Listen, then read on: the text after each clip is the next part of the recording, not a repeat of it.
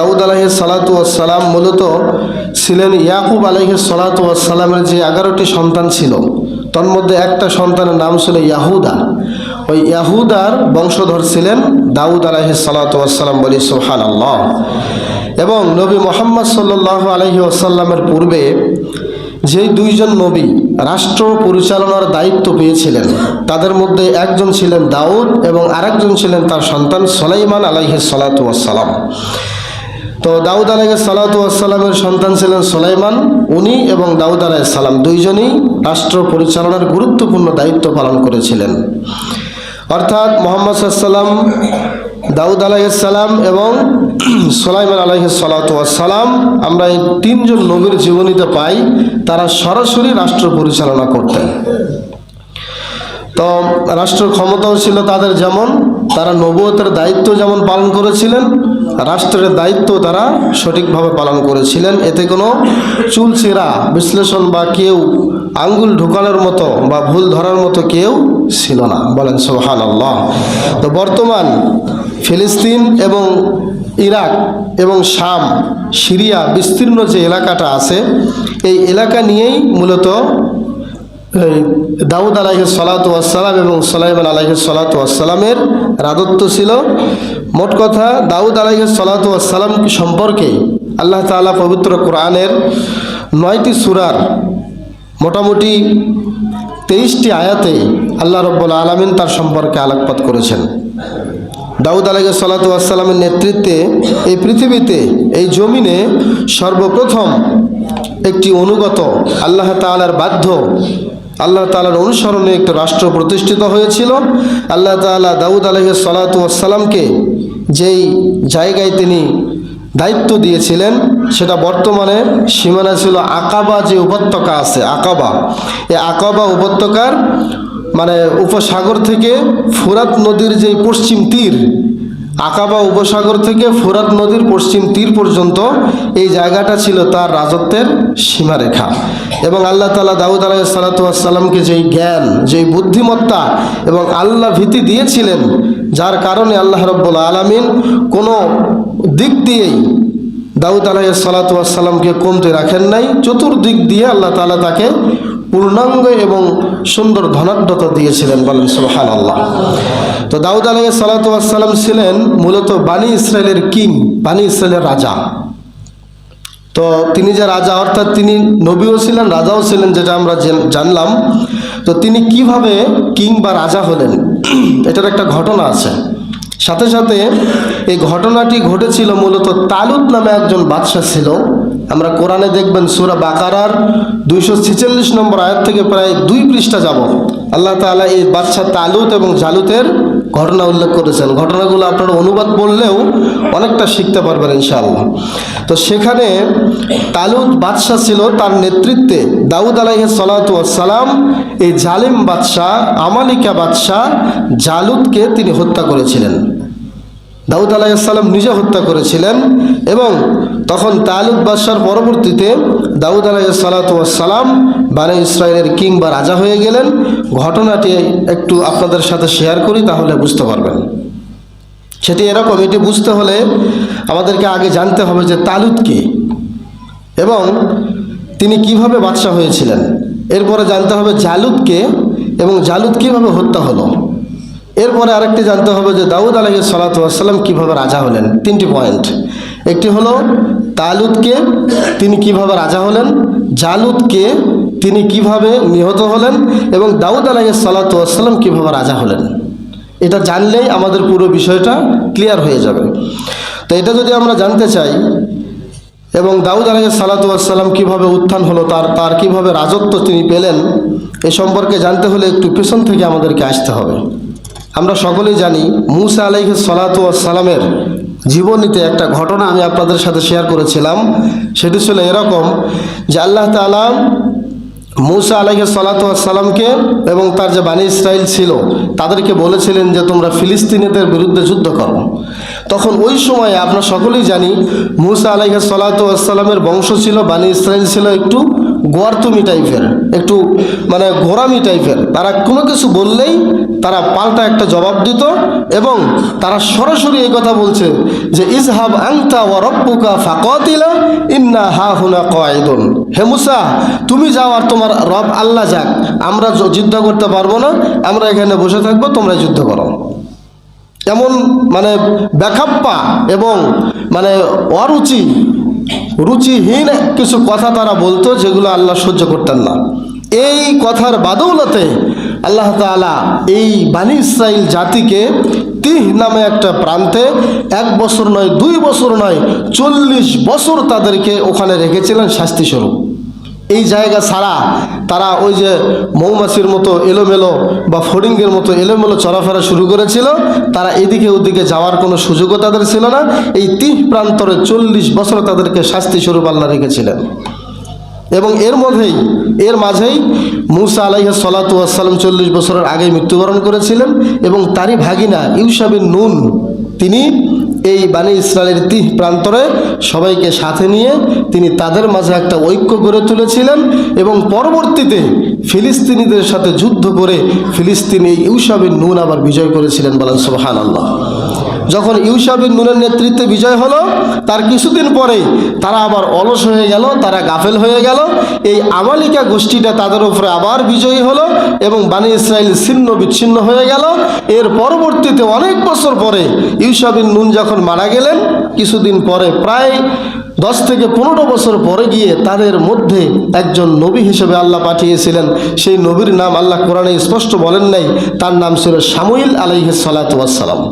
এই শামুইল নামে একজন পয়গম্বরকে আল্লাহ পাঠিয়ে তাদেরকে আবার একত্রিত করতে চাইলেন এবং বানি ইসরায়েল মধ্যে আবার একটা একতাবদ্ধ হয়ে আসলো সবাই।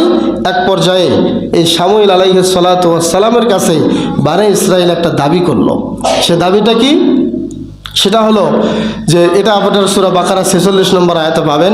তারা বলছিল আলাম তারা ইলাল্লাযীনা মালা ইবনে বানি ইসরাইল, আল্লাহ পাক বলেছেন, হে নবী তুমি কি দেখো নাই ওই সমস্ত গোষ্ঠীর বানি ইসরায়েলের কিছু নেতাদের দিকে?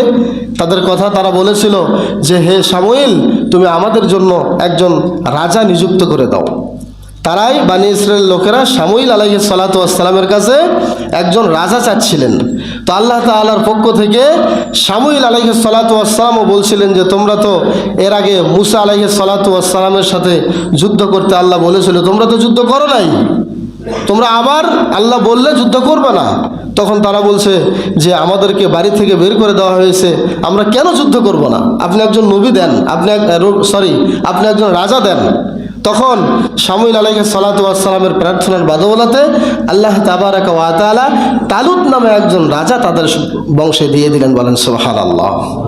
এই যে তালুতের উত্থান হলো, তাহলে আরেকটা জিনিস আমরা পেলাম। তালুত প্রথমেই যে বিষয়টা আমরা জানতে পারলাম সেটা হলো তালুত আল্লাহর পক্ষ থেকে মনোনীত রাজা ছিল বানি ইসরাইলের জন্য। আর ওই যে আমালিকা যারা বংশীয় ছিল, তারা স্থানীয় ফিলিস্তিনি ছিল, তাদের রাজা ছিল জালুত। এই জালুতের নেতৃত্বে তারা যত নবী এবং পয়গম্বর আসতো তাদের বিরোধিতা করত এই জালুত। তো এক পর্যায়ে আল্লাহ রাব্বুল আলামিন যখন তালুতকে রাজা হিসেবে ঘোষণা দিলেন শামুইল আলাইহিস সালাতু ওয়াস সালামের মাধ্যমে, তখন এই বানি ইসরায়েলের লোকেরা আবার বলা শুরু করলো যে সে তো আমাদের মতো একজন যুবক মানুষ, তাকে কেন রাজা বানালো, আমাদের মধ্যে আরেকজনকে কেন রাজা বানানো হলো না? এরকম কথা কিন্তু প্রত্যেকটা নবী রাসূলের যুগে তার কওমের লোকেরা বলতো কি বলতো না? তারা বলতো যে সহজে মেনে নিতে পারতো না। তখন তারা বলছে যে একটা মুজিজা দেখাও, তালুতদের রাজা, তার একটা মুজিজা আমরা চাই। এই মুজিজা স্বরূপ দেখবেন সূরা বাকারা 46 নম্বর আয়াত থেকে বললেই পাবেন আল্লাহ একটা শব্দ ইউজ করেছেন, সেটা হচ্ছে তাবুত। তাবুত মানে হলো কাঠের তৈরি একটা বাক্স। এই বাক্সের ভেতরে মূসা এবং হারুন দুইজনেরই কিছু তলোয়ার, কিছু বর্ম, কিছু পোশাক আল্লাহ ওখানে সংগ্রহ করে রেখেছিলেন। এই বাক্সটি মূসা আলাইহিস সালাতু ওয়াস সালামের পরবর্তীতে যত নেতা আসছিল তাদের সামনে রাখলেই প্রতিপক্ষ পরাজয় হয়ে যেত, আর এখান থেকে কিছু মহামারী ছড়াতো। এই মহামারী ছড়ানোর কারণে তারা ওই বাক্সের আশপাশে কেউ থাকতে পারত না। সুবহানাল্লাহ। এটা আল্লাহর একটা মুজিজা। এটা দেখার পরে আল্লাহ রাব্বুল আলামিন তখন বললেন যে তাহলে তোমরা তালুতের বাসায় যাও, গিয়ে দেখো যে এই বাক্সটা আমি কত সুন্দর করে রেখেছি। তারা এই বাক্স দেখে তারা বিশ্বাস করলো এবং তাকে রাজা হিসেবে মেনে নিল। এখন কথা হলো, এই তালুত এবং জালুতের পরিচয় আমরা পেলাম। এখন দাউদ আসলো কোত্থেকে?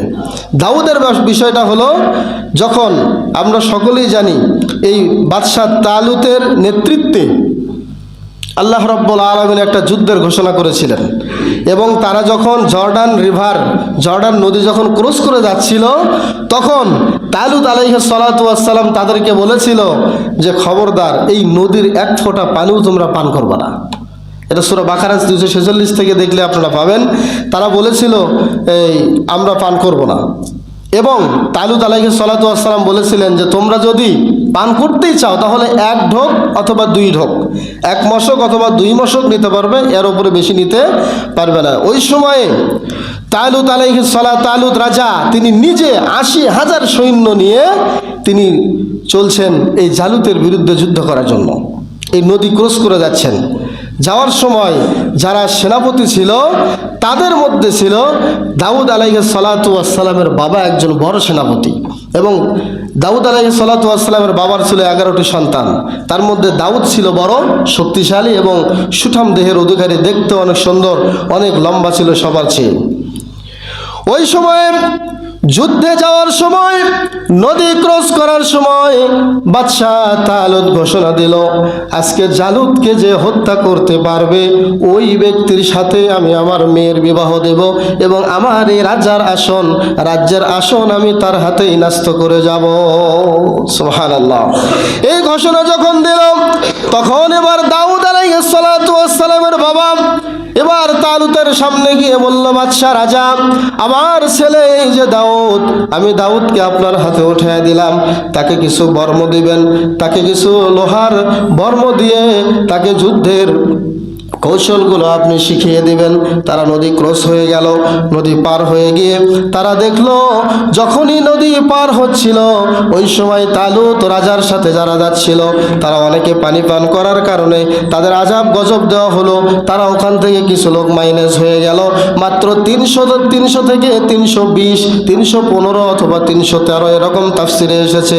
মাত্র 300-র অধিক, 400-র নিচে এমন কিছু সৈন্যবাহিনী নিয়ে তালুত রাজা তিনি জালুতের বিরুদ্ধে যুদ্ধের জন্য চলে গেল। যুদ্ধের জন্য যাওয়ার পরে, ওই বর্ষে যাওয়ার পরে দেখে একটা হাতির উপরে জালুত বাদশাহ, জালেম বাদশাহ, ওই রাজা তিনি বসিয়ে আছেন। হঠাৎ করে তাফসির ইবনে কাসিরের মধ্যে আসছে, এবং প্রফেসর আসাদুল্লাহ গালিব সাহেবের নবীদের কাহিনী বইটির মধ্যে আপনারা পাবেন।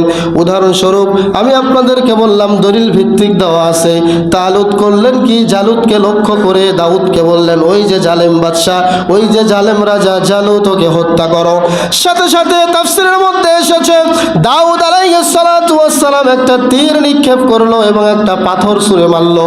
ওই পাথরটা গিয়ে সরাসরি জালুত রাজার, ওই জালিম রাজার মাথার মধ্যে গিয়ে আঘাত করলো, এবং তীরটি গিয়েও এক অন্য তাফসিরে এসেছে একটা তীর তিনি ছুঁড়লেন, ওই তীরটি গিয়ে সরাসরি কপালের মধ্যে ঢুকে পড়লো। বলেন সুবহানাল্লাহ। সাথে সাথেই জালিম রাজা সে সেখানেই পড়ে গেল এবং সেখানেই মারা গেল। এবং আশপাশে যারা ছিল সবাই ভয়ে ভীত হয়ে সেখান থেকে পালাতে বাধ্য হলো।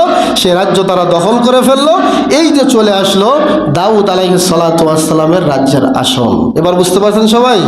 এখান থেকেই দাউদ আলাইহিস সালাতু ওয়াস সালাম রাজা হয়ে গেলেন, এবং আল্লাহ রাব্বুল আলামিনের পক্ষ থেকে পরবর্তীতে যে আল্লাহ তাকে নবুয়ত দিয়েছিলেন এটার কোরআনে স্পষ্ট আয়াত এসেছে। বলেন সুবহানাল্লাহ। এই ঘটনা থেকে আমরা যেটা বুঝলাম সেটা হলো, জালুত ছিল একজন জালেম রাজা আর তালুত ছিল মুসলিম রাজা। তালুতের নেতৃত্বে দাউদ আলাইহিস সালাতু ওয়াস সালামের মাধ্যমে জালুতকে হত্যা করা হয়েছে। এরকম ঘটনা হওয়ার পরে যখন দাউদ আলাইহিস সালাতু ওয়াস সালাম নবুয়ত পেলেন এবং রাজ্যের আসনে বললেন, তালুত বাদশার পরে তিনি রাজ্যের আসনে বসার পরেও, বানি ইসরায়েলের কিং বা রাজা হওয়ার পরেও তিনি কোনোভাবেই তিনি সাদাসিধে জীবনযাপন পরিহার করেন নাই, তিনি কোনো অহংকার করেন নাই, তিনি একদম সুন্দর সহজ সরলভাবে তিনি জীবনযাপন শুরু করলেন। রাজা হওয়ার পরেও সহিহ বুখারীতে এসেছে যে তার একটা বৈশিষ্ট্য ছিল, তিনি দিনের বেলায় সিয়াম পালন করতেন এবং রাতের বেলায় তাহাজ্জুদের সালাত আদায় করতেন এবং খুব সিম্পল সাদাসিধে জীবনযাপন করতেন। কে? দাউদ আলাইহিস সালাতু ওয়াস সালাম। তো তার ব্যাপারে কোরআনে বিভিন্ন জায়গায় আল্লাহ তাআলা বিভিন্নভাবে বলেছেন। প্রথমে আমরা যদি দেখি সূরা সাদের মধ্যে আল্লাহ পাক বলেছেন যে ওয়াযকুর আবদানা দাউদা, আল্লাহ বলেছেন হে নবী তুমি দাউদ আমার একজন নবী ছিল, বান্দা ছিল, তাকে স্মরণ করো। জাল আইদ, তার অনেক শক্তি ছিল, তার অনেক ক্ষমতা ছিল এবং ইন্নাহু আওয়াব, সে আমার দিকেই প্রত্যাবর্তনশীল ছিল, আমার দিকেই ফিরে আসছিল এবং আমি তাকে অনেক বেশি পছন্দ করতাম। আল্লাহকে আমাদের নবী, আল্লাহ রাব্বুল আলামিন আমাদের নবীকে সুন্দর করে স্মরণ করতে বললেন দাউদ আলাইহিস সালাতু ওয়াস সালামের ব্যাপারে। এরপরে যদি আমরা দেখি সূরা সাবার মধ্যে আল্লাহ পাক বলেছেন এবং সূরা নামলের মধ্যে এসেছে ওয়ালাকাদ আতাইনা দাউদা ওয়া সুলাইমানা ইলমা, আল্লাহ পাক বলেছেন আমি দাউদ এবং সুলাইমান নবীকে ইলম দিয়েছিলাম। ওয়া শাদাদনা মুলকা, সূরা সাবার মধ্যে আসছে এটা, আর সূরা নামলের মধ্যে আসছে এইভাবে যে আমি সুলাইমান এবং দাউদকে ইলম দান করেছিলাম। আর সূরা সাবার মধ্যে আসছে যে ওয়ালাকাদ আতাইনা দাউদা মিন্না ফাদলা, আমি আল্লাহ তাআলা আমার পক্ষ থেকে দাউদকে ফজল দিয়েছিলাম, অনেক অনুগ্রহ দিয়েছিলাম। এবং সূরা সাদের 10 নম্বর আয়াতে আল্লাহ পাক আরও বলেছেন ওয়া শাদাদনা মুলকা, আমি আল্লাহ তার রাজ্যটা অনেক শক্ত করেছিলাম। ওয়া আতাইনাহুল হিকমা, এবং তাকে হিকমত দিয়েছিলাম। ওয়া ফাসলাল খিতাব, এবং বিচার ফয়সালার পাণ্ডিত্য দিয়েছিলাম। তাহলে এই কথাগুলো কার? আল্লাহ। তাহলে আল্লাহর কথা অনুযায়ী আল্লাহ রাব্বুল আলামিন তাকে নবুয়তের দায়িত্ব দিয়েছিলেন। এবং সূরা সাদের 26 নম্বর আয়াতে আল্লাহ পাক বলেছেন ইয়া দাউদ ইন্না জাআলনাকা খলিফাতান ফিল আরদ, আল্লাহ পাক বলছেন হে দাউদ আমি তোমাকে জমিনের মধ্যে প্রতিনিধি হিসেবে পাঠিয়ে দিলাম, তোমাকে নবুয়তের দায়িত্ব দিলাম। ফাহকুম বাইনান নাসি বিল হক, হে দাউদ তুমি মানুষের মাঝে হক ভাবে ফয়সালা করিও, কারো পক্ষ নিও না, কারো বিপক্ষে যেও না, সঠিকভাবে তুমি বিচার ফয়সালা করবে। আজকাল দুঃখজনক হলেও সত্য, বাংলাদেশের একটা পরিস্থিতি হলো আমার দলের লোক সে যদি অন্যায় করে বিচারে গিয়ে তার দিকে রায় দেওয়া হয়। বলেন নাউজুবিল্লাহ। লোকটা যদি অপরাধীও হয় এরপরও আমাকে দেখতে হয় লোকটা আমার দল করে কিনা। বলেন নাউজুবিল্লাহ। এই সকল বিচারকদের শাস্তি হাসরের মাঠে কি হবে? আল্লাহ পাক ছোট্ট একটা কথা বলে গিয়েছেন এবং বিশ্বনবী ছোট্ট করে একটা হাদিসে বলে গিয়েছেন যে এই বিচারক বিচার ফয়সালা ঠিক মতো করে না। ঠিক একটা মুরগি জবে করার পরে যে অংশটুকু ঝুলিয়ে থাকে ওই অংশটুকু কেউ যদি ছিঁড়ে টেনে যদি মুরগির অংশ থেকে শরীর থেকে মাথাটা ছিন্ন করতে চায়, তার মানে পেঁচায় পেঁচায় যদি কেউ একটা পশুকে জবে করতে চায় ওই পশুর যেমন কষ্ট হবে, কিয়ামতের দিন যারা শয়তানি করে বিচার করেছে ওই রকম গর্দানগুলো ঘাড়গুলো আল্লাহ টেনে টেনে ছিঁড়তে বলবেন ফেরেশতাদেরকে। বলেন নাউজুবিল্লাহ। ঘাড় অনেক মোটা ছিল তো, অনেক ক্ষমতা ছিল তো, এই ঘাড় মোটার কারণে বিচার একদিকে ঠেলে নিয়ে গিয়েছে, এই জন্য ঘাড় ছিঁড়তে ছিঁড়তে আল্লাহ শাস্তি দিবেন। আল্লাহ পাক সকলকে হেফাজত করুক বলে আমিন। আল্লাহ পাক বললেন হে দাউদ তুমি কি করবে? হক ভাবে সঠিকভাবে ফয়সালা করবে। ওয়ালা তাত্তাবিউল হাওয়া, খবরদার খবরদার তোমাকে আমি ক্ষমতা দিলাম, তোমার জন্য সাবধান হলো তুমি নিজের কুপ্রবৃত্তির অনুসরণ করবে না, মন যেটা বলে সেটা বলবে না, হক ফয়সালা করবে। যদি মনের অনুসরণ করো ফায়ুদিল্লাকা আন সাবিলিল্লাহ, তাহলে আল্লাহর পথ থেকে তুমি ভ্রষ্ট হয়ে যাবে। সূরা সাদের 26 নম্বর আয়াতে। তাহলে আল্লাহ রাব্বুল আলামিন আমরা এই পর্যায়ে জানলাম আল্লাহ পাক তাকে নবুয়ত দিয়েছিলেন এবং এই সম্পর্কে কিছু কথাও, তার দায়িত্ব সম্পর্কে কিছু কথাও আল্লাহ তাকে জানিয়ে দিলেন। সুতরাং তার যত কিছুই আমরা শুনি তার বিশাল একটা মুজিজা ছিল, তিনি লোহা যদি হাতে ধরতেন এটা নরম হয়ে গলে যেত। বলেন সুবহানাল্লাহ। যে কোনো লোহা হাত দিয়ে ধরলেই এটা গলে একদম পানির মতো একদম খুব নরম হয়ে যেত। সূরা সাবাতে এসেছে আল্লাহ পাক স্পষ্ট বলেছেন ওয়া আলান্না লাহুল হাদিদ, আমি আল্লাহ রাব্বুল আলামিন তার জন্য লোহাটাকে নরম করে দিতাম। সুবহানাল্লাহ। এবং এই লোহা গলে গলে তিনি অনেক কিছু বানাতেন। এবং সূরা আম্বিয়ার ৮০ নম্বর আয়াতে আল্লাহ পাক বলেছেন, তিনি এই লোহা গলিয়ে গলিয়ে তিনি শরীরের যুদ্ধ করার জন্য বর্ম বানাতেন, লোহার বর্ম। যে লোহার বর্ম পরে আল্লাহর নবী যুদ্ধ করতেন, সাহাবীরা যুদ্ধ করতেন। এরকম বর্ম আগে থেকেই নবীরা বানাতো, এই বর্ম তিনি নিজে বানাতেন। আল্লাহ পাক বলেছেন, ওয়াল্লামনাহু সানাআতা লাবুসিন লিতুহসিনাকুম মিন বাসিকুম। আমি আল্লাহ রাব্বুল আলামিন তাকে এমন ইলম দিয়েছিলাম যে ইলম দিয়ে সে বর্ম বানাতো, যাতে করে তোমাদের বিপদ থেকে তোমাদেরকে সুন্দর করে ফয়সালা দেওয়া যায়। তোমরা কোনো বিপদে পড়লে এই বর্ম ইউজ করতে পারো।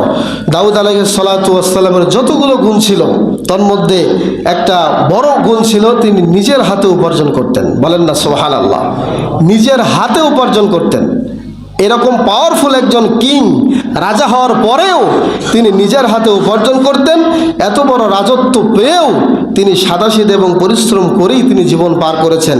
সহিহ বুখারীতে 2072 নম্বর একটা হাদিসে তার ব্যাপারে রাসূল সাল্লাল্লাহু আলাইহি ওয়াসাল্লাম আমাদের নবী বলে গিয়েছেন, ওয়া ইন্না নাবিয়াল্লাহি দাউদ আলাইহিস সালাতু ওয়াস সালাম, নিশ্চয় আল্লাহর নবী দাউদ আলাইহিস সালাতু ওয়াস সালাম কানা ইয়াকুলু মিন আমালি ইয়াদি, তিনি নিজের হাতের কামাই খাইতেন, অন্য কোনো মানুষের উপার্জন খাইতেন না। সুবহানাল্লাহ বললেন না? নিজের হাতের কামাই ছাড়া অন্য কোনো খাবার খাইতেন না, নিজের হাতে যেটা ইনকাম করতেন এটাই খেতেন। সুবহানাল্লাহ। তাহলে সবচেয়ে মজার ব্যাপার হলো, দাউদ আলাইহিস সালাতু ওয়াস সালাম নবীদের মধ্যে সবচাইতে সুরেলা কণ্ঠের অধিকারী ছিলেন। এত কণ্ঠ আল্লাহ তাকে দিয়েছিলেন, এরকম কণ্ঠ পৃথিবীর মধ্যে আর কোনো নবী রাসূলকে আল্লাহ দেন নাই। সুবহানাল্লাহ। সকল নবীদের চেয়ে সুরের কণ্ঠের ও সুরেলা কণ্ঠের অধিকারী ছিলেন কে? দাউদ আলাইহিস সালাতু ওয়াস সালাম। তার ব্যাপারে বলা হয়, ওনার উপরে যখন দাউদ কিতাব নাজিল হয়েছিল, এই দাউদ আলাইহিস সালাতু ওয়াস সালামের উপরে যখন জাবুর কিতাব নাজিল হয়েছিল, এই জাবুর কিতাব যখন তিনি তেলাওয়াত করতেন, যখন তিনি আকাবা উপসাগরের উপরে তীরে বসে বসে এটা তেলাওয়াত করতেন, আশপাশের পাখিগুলো মাথার উপর দিয়ে ঘুরঘুর করতো, ড্রপ দিত, তারা ড্রপ দিয়ে নিচে আসতো, নিচে এসে তাকে চতুর্দিক দিয়ে ঘিরে তার এই জাবুর কিতাব তেলাওয়াত শুনতো। সুবহানাল্লাহ। এগুলো কিন্তু কিচ্ছা কাহিনী বলছি না, এটা কোরআনের আয়াত। আমি একটু পরে বলছি। আল্লাহ রাব্বুল আলামিন বলেছেন, এবং চতুর্দিকে এই পাখিরা ঘেরাও দিয়ে থাকতো, আর সাগরের যে অতল গহ্বরে যে মাছগুলো থাকতো, এই মাছগুলো পর্যন্ত সাগর ছেড়ে দিয়ে সাগরের কিনারায় এসে তার সামনে এসে ভিড় জমাতো। সুবহানাল্লাহ। সাগরের মাছ, পশু পাখি তার কণ্ঠের পাগল ছিল। এত সুন্দর সুললিত কণ্ঠে তিনি জাবুর তেলাওয়াত করতেন। এবং শুধু তাই নয়, তার তাসবিহ পড়ার সাথে সাথে সব পশু পাখি মাছগুলো পর্যন্ত তাসবিহ পাঠ করত। সুবহানাল্লাহ। সুবহানাল্লাহি ওয়া বিহামদিহি সুবহানাল্লাহিল আযীম। আল্লাহ তাআলা সূরা নিসার 163 নম্বর আয়াতে বলেছেন, ওয়া আতাইনা দাউদা জাবুরা, আমি আল্লাহ দাউদ নবীকে জাবুর কিতাব দিয়েছিলাম। এবং সূরা আম্বিয়ার 79 নম্বর আয়াতে আল্লাহ পাক বলেছেন, ওয়া সাখখারনা, আমি আয়ত্ত করে দিয়েছিলাম, আমি অনুগত করে দিয়েছিলাম, মা দাউদ আল জিবাল, দাউদ আলাইহিস সালাতু ওয়াস সালামকে তার পাহাড় সমমান, পাহাড়গুলোকে তার অনুগত করে দিয়েছিলাম। পাহাড় পর্যন্ত এক জায়গা থেকে আরেক জায়গায় চলে যেত, কার কথায়? দাউদ নবীর কথায়। সুবহানাল্লাহ। আল্লাহ পাক বলেছেন আরো, ইউসাব্বিহনা ওয়াত তায়র, পাহাড় তো সরে যেত, পাশাপাশি এই পাহাড় পর্যন্ত এবং পশু পাখি পর্যন্ত ইউসাব্বিহনা তার সাথে তাসবিহ পাঠ করত। সুবহানাল্লাহ। তাহলে চিন্তা করেছেন কিরকম একজন নবী ছিলেন আল্লাহ রাব্বুল আলামিনের পক্ষ থেকে। সূরা সাদের 18 এবং 19 নম্বর আয়াতে আল্লাহ তাআলা বলেছেন, ইন্না সাখখারনাল জিবালা মাহুম, আমি আল্লাহ রাব্বুল আলামিন পাহাড়কে তার সাথে অনুগত করে দিয়েছিলাম। ইউসাব্বিহনা বিল আশি ওয়াল ইশরাক, ওই সমস্ত পাহাড়গুলো, ওই সমস্ত পাখিগুলো সকাল সন্ধ্যায় তার সাথে তাসবিহ পড়তো। অত্তয়রা মাহশুরা, পাখিগুলো সবাই এক হয়ে যেত। কুল্লাল্লাহু আওয়াব, সমস্ত পাখি বলেন, সমস্ত পশু বলেন এবং যত পাহাড় বলেন, সব কিছু তার দিকে ঝুঁকে যেত।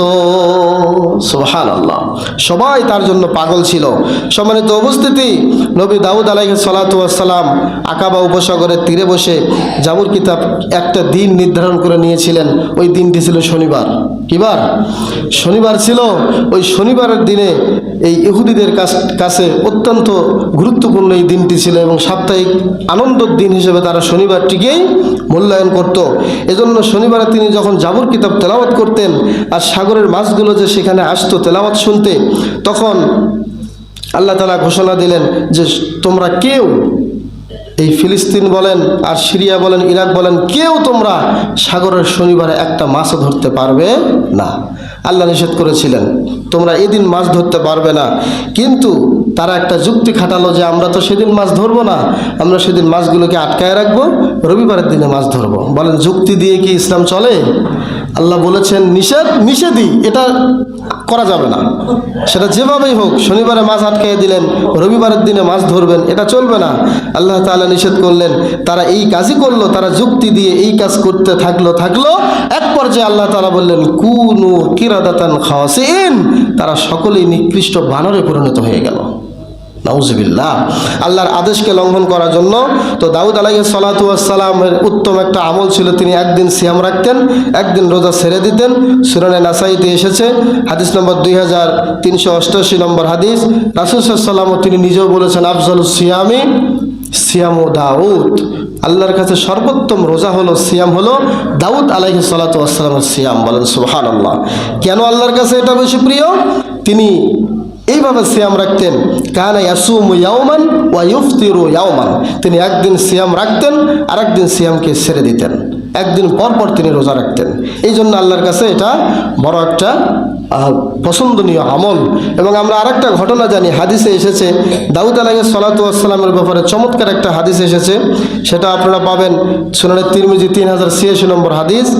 আল্লাহ রাব্বুল আলামিন আমাদের আদি পিতা আদম আলাইহিস সালাতু ওয়াস সালামকে যখন সৃষ্টি করেছিলেন, তার পৃষ্ঠদেশ থেকে যখন অসংখ্য রূহ বের করেছিলেন, তখন অনেকগুলো রূহ খুব ঝলমল ঝলমল করতেছিল এবং তার মাঝে একটা রূহ, একটা আত্মা অনেক উজ্জ্বল লাগছিল।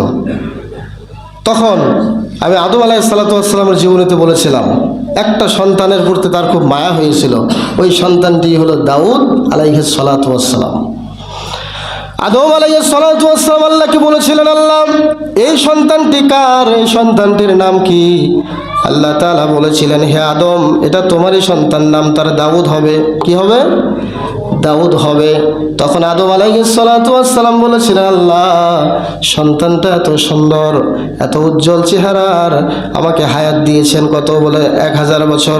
আল্লাহ আমার হায়াত থেকে আমি 40 বছর আমার সন্তান দাউদকে দিয়ে দিলাম। সুবহানাল্লাহ।